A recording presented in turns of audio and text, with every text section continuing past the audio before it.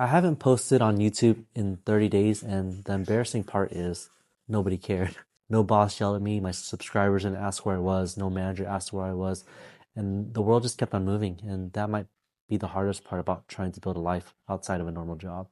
I thought I was going to quit my job, be super consistent, and then just make a bunch of money off YouTube, but it didn't go that way. I've been posting on YouTube for about 8 years, and I haven't had the breakout I thought I would have by now. And it's honestly super frustrating. Like I just want to quit.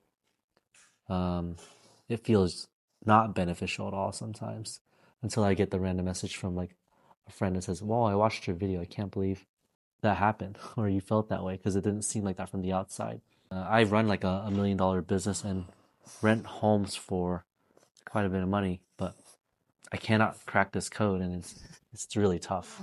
And it's not like I don't think I deserve to be successful on YouTube, but I honestly think it's partly because um, I haven't earned it.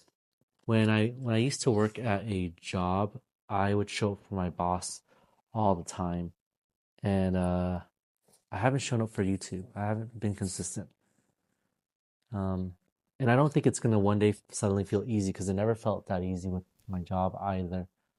And it still feels like every day I'm trying to prove myself. And the hardest part I've learned about posting is that the hardest part is posting when there's no proof yet that it's actually working.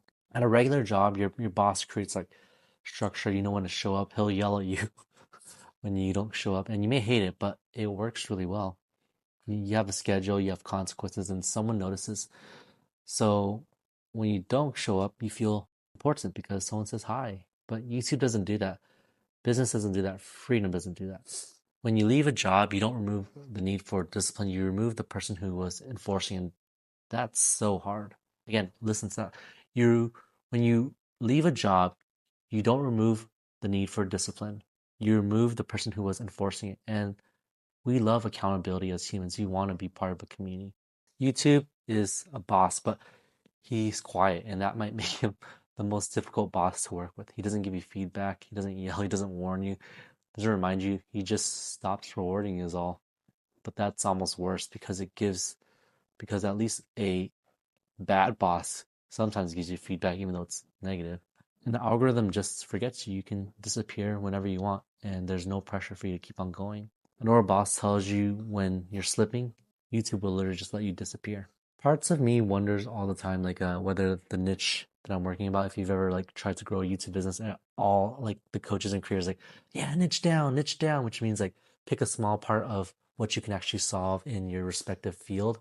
So for me, I work in real estate, but I niche down to rural Airbnbs, which I don't know if anyone likes learning about rural Airbnbs. Maybe it's just too narrow. Maybe I'm bored of it. That's why I don't want to post. But the truth is probably uglier. I'm maybe not bored of the niche, but I'm bored of the repetition, the work of actually showing up to the job every single day. I'm bored of doing something simple long enough for it to actually work. I call a niche a problem when it's really just an execution problem. I haven't shown up. And this is the same reason people struggle to leave jobs. A job gives structure, identity, consequences, and freedom sounds amazing until you realize no one is managing you anymore. You are managing you. Real estate, YouTube, businesses, same lesson. You don't need more motivation. You just need a system that makes you show up when motivation's dead because it can be repetitive, can be boring. But the simple stuff works. Go to the gym, you get stronger.